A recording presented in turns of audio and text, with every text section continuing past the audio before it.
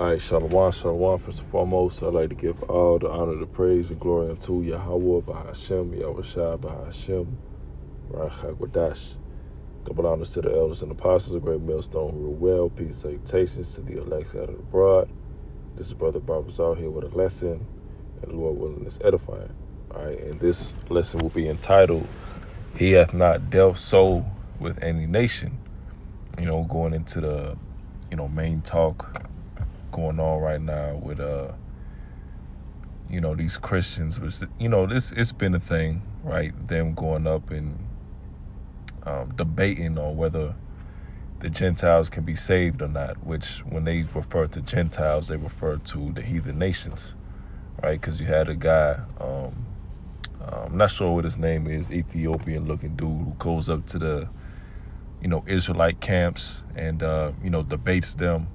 And recently he went up to, the brothers and elders in D.C., all right, trying to go into, the heathen, right, can't be saved, right, because that's what it boils down to, because we know that Gentiles are Israelite foreigners, right, Israelites that lost their way, lost their heritage, were brought up in ways contrary to Yahweh Bashim Yahushua. And that could be the Western philosophy. That could be maybe you were brought up in Christianity, Roman Catholicism, Islam, or just straight up didn't know you were an Israelite. So those are different examples of how an Israelite can have that Gentile state of mind or being a Gentile. Even coming up in Babylon the Great in the U.S., before brothers came into the truth, you would be considered Gentiles, right? Before you heard about the Hebrew Israelites, before you watch any lessons from the apostles and elders of GMS, right? Before any of that, you were just in the world. So any Israelite that was pretty much that's in the world before they wake up to the wisdom, knowledge, or understanding, they will be considered a Gentile. We're going to get that. All right, but first I want to start off with Psalms 147 and 20. It says, He hath not dealt, or Salakia, let me start at 19. It says, He showeth his word unto Jacob, right? And Jacob, his name was changed to Israel, right? Which Israel makes up today the so-called blacks, Latinos, and Native Americans, and those speckled birds that go back to the line of Israel, right, that's scattered throughout the four corners. You see, it says his statutes and his judgments unto Israel. So the law, the promises, all right, the covenants, right, and his judgments, right, he showeth his word unto Jacob. He showeth his statutes, his laws, his commandments, his promises, right, his judgments unto Israel. And this is, of course, why the Israelites are in the state that they're in today, because we went off. We were cast off as a no people. When you look into the book of the Deuteronomy, the 28th chapter, when it goes into the curses because we went off, we can clearly see that it's a specific people on the earth today that's going through those specific curses, all right, that go and that goes into the so-called black, Latino, and Native American. So we can clearly see that the Lord is only dealing with Jacob.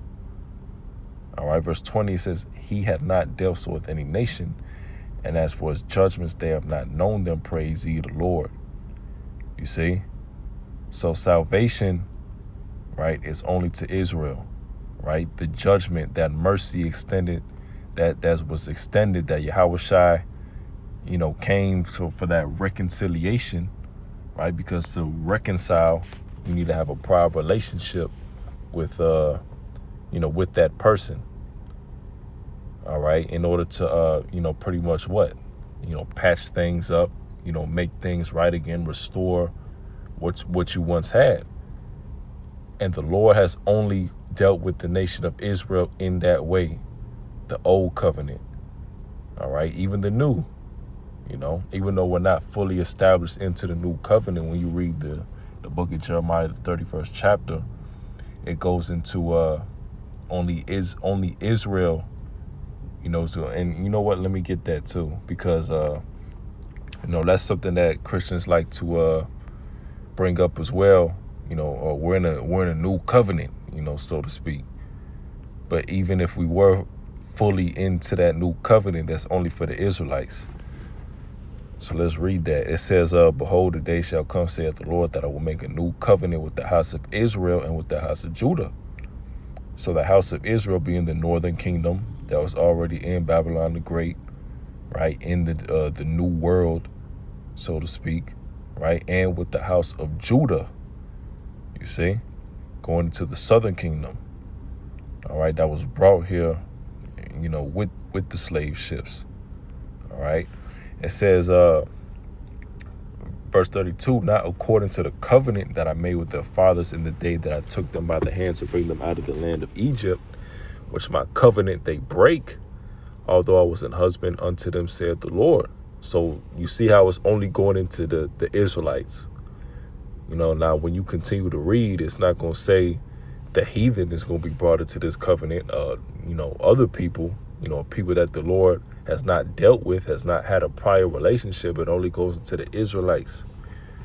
It says, verse 33, but this shall be the covenant that I will make with the house of Israel.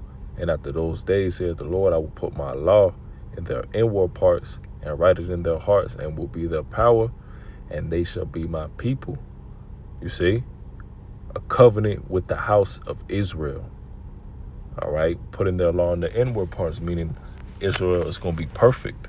Those that, first fruits that get that salvation, they're going to, be the first ones to be perfect.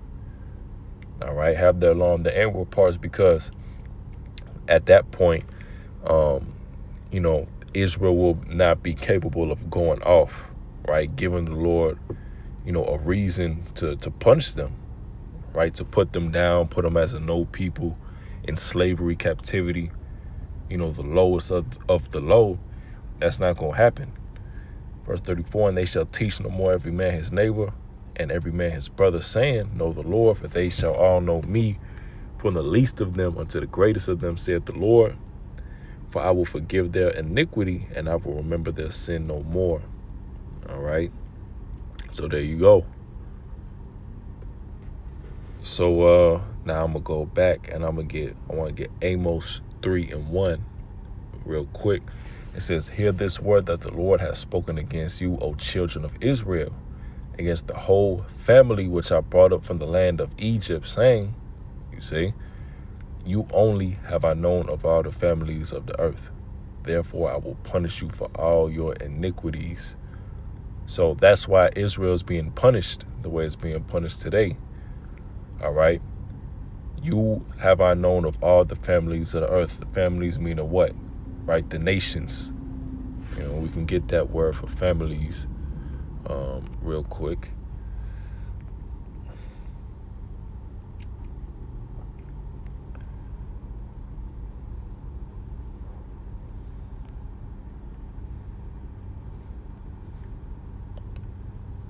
So, that word for families, it says Mashapacha, all right? And it says clan, family, tribe, people, nation, right? Family, circle of relatives, right? Extension of a tribe of people, So this is going to a specific family line, right? A specific seed line, right, of people. Not everybody on the planet Earth. All right. So let's get back to my next precept. And it says, we're going to get Romans 9. We're just going to start at 3. For I could wish that myself were accursed from Hamashiach, for my brethren, my kinsmen, according to the flesh, right? Your flesh meaning, those, your kin, right? Your seed, Jacob, Abraham, Isaac, and Jacob, those would be his kinsmen according to the flesh. Verse 4 says, who are Israelites, you see, to whom pertaineth the adoption, which adoption goes into the, let's get it, actually. Let's get it. Just to prove the point, you know. And this is why we go into the meaning of words. All right. For stuff like this, and that's why it's important to go into the Hebrew, go into the Greek, and also the etymology of words as well, because words don't mean the same thing as they used to. You know, certain ones. All right, it says that word in the Greek for adoption. Strong's G 5206. Huiathesia. Huiathesia. Huiathesia. It says adoption of sons. The relationship which Yahweh was pleased to establish between himself and the Israelites in preference to all the other nations. That's what it means. All right. So you can't get around this. No matter what you try, you can't get around it. All right. Verse 4. Let's keep on reading. It say, who are Israelites, to whom pertaineth the adoption and the glory and the covenants and the giving of the law and the service of the Most High and the promises. So this is very specific. All right. What Paul is going into is very specific. Right. Even when you go into the book of Romans, right, when who he was writing it to, it goes into the saints. All right, which we know who the saints are. The saints are the Israelites. All right, it says, verse 5, it says, whose are the fathers, and of whom, as concerning the flesh, Hamashiach came, who is over all, Yahweh bless forever. Amen. So the Lord only came back to redeem the Israelites, to bring the Israelites back to the Father. Why? Because they broke the covenant. That covenant that was made between the Most High and the Israelites, all right, that was only between them. All right, the other nations had nothing to do with that. All right. And I also want to get real quick Ephesians 2. Before I get Ephesians 2, I want to get 1. It says, Paul, an apostle of Yahweh Shah HaMashiach by the will of the Most High, to the saints which are at Ephesus, and to the faithful in Hamashiach Yahweh Shah. Because, you know, the Christian will try to get Ephesians 2 as thinking it's a cut, not knowing who it's talking about. All right. Paul was writing this letter to the saints, Israelites, which are at Ephesus. And how can we prove that? Let's get to Psalms 50 and 5. It says, gather my saints together unto me, those that have made a covenant with me by sacrifice. You see?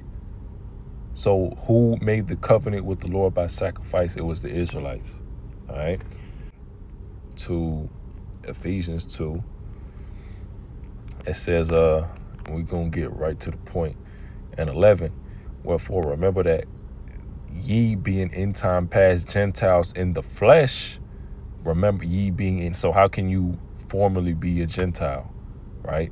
If the heathen nations are just Gentiles, then how would they before be a Gentile? And no, it don't work like that. All right. It means being in a Gentile state of mind. The Israelites being in time past Gentiles in the flesh. You see? So, you know, Israelites that completely lost his way, following after other idols, committing adultery, right? Just doing things that were against Yahweh B'Shem Yahushai.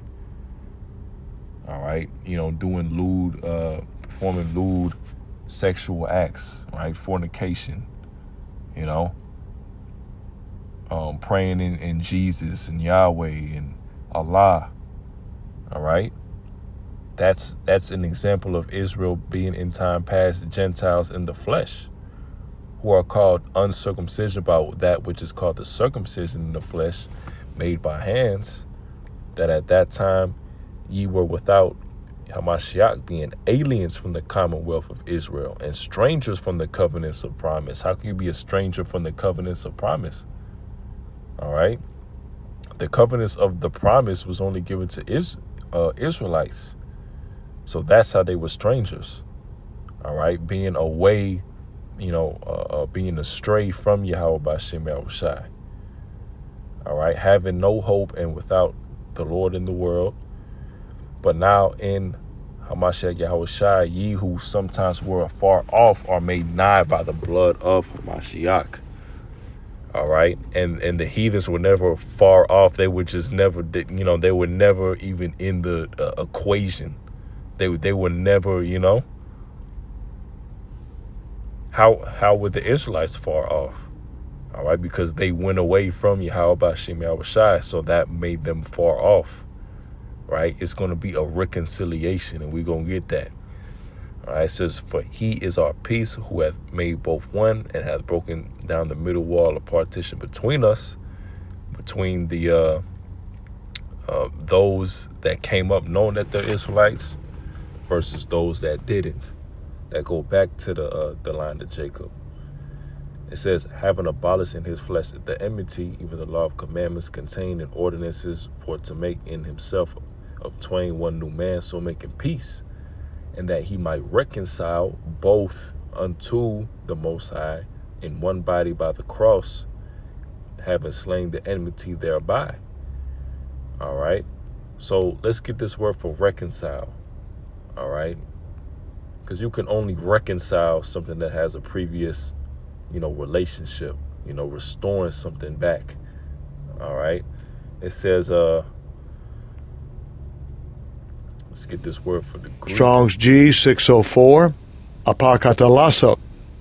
Apakatalasso, to reconcile completely, to reconcile back again. What do the heathen nations have to reconcile with Yahweh B'Shem Yahushai? Nothing, because they never had a relationship with the Lord in the first place. It says, bring back a former state of harmony. Bring back a former state of harmony. You see?